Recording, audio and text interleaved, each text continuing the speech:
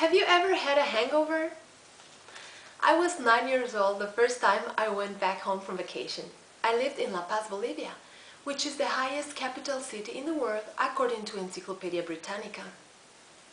That day Grandma asked me to tell about the trip. I started talking fast and euphorically, and suddenly I felt dizzy, I had a headache, I even vomited. I wasn't drunk, of course. I had altitude sickness. That's what my mom told me after I recovered consciousness. Well, many of you will be working at companies that might send you in business trips to high-altitude cities. Therefore, today I want to inform you about altitude sickness, the causes, how to treat it and how to prevent it. But first, let us learn about some of the highest cities in the world. Thomas Dietz, in its article An Altitude Tutorial from 2006, says that very high altitude is considered between 11,500 feet and 18,000 feet. According to Encyclopedia Britannica, La Paz, Bolivia, lies at about 13,000 feet above sea level.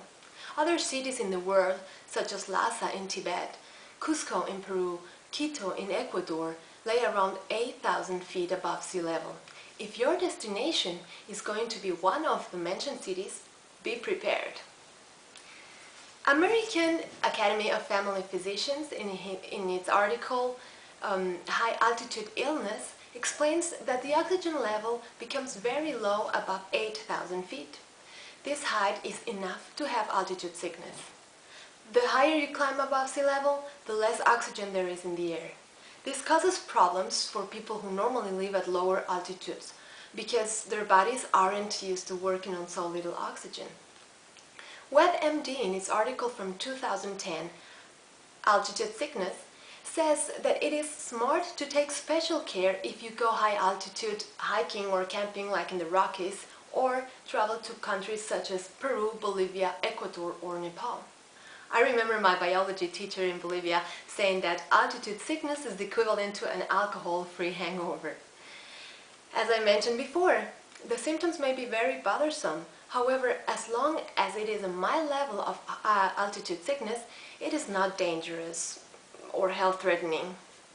But trust me, you will feel like dying.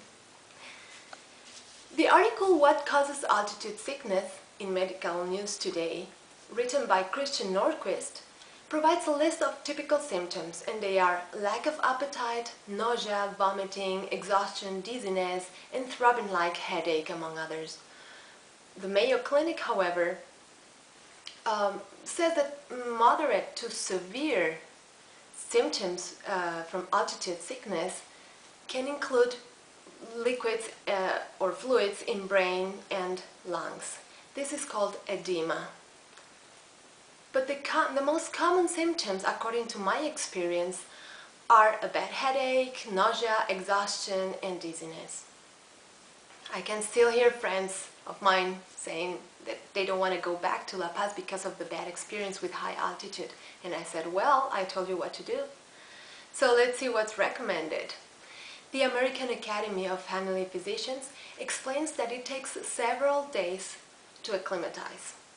So whatever the case is, you should follow these rules the first 3 days, which are rest well, do not party, do not even walk around the block, eat only if you're starving, and drink lots of non-alcoholic liquids.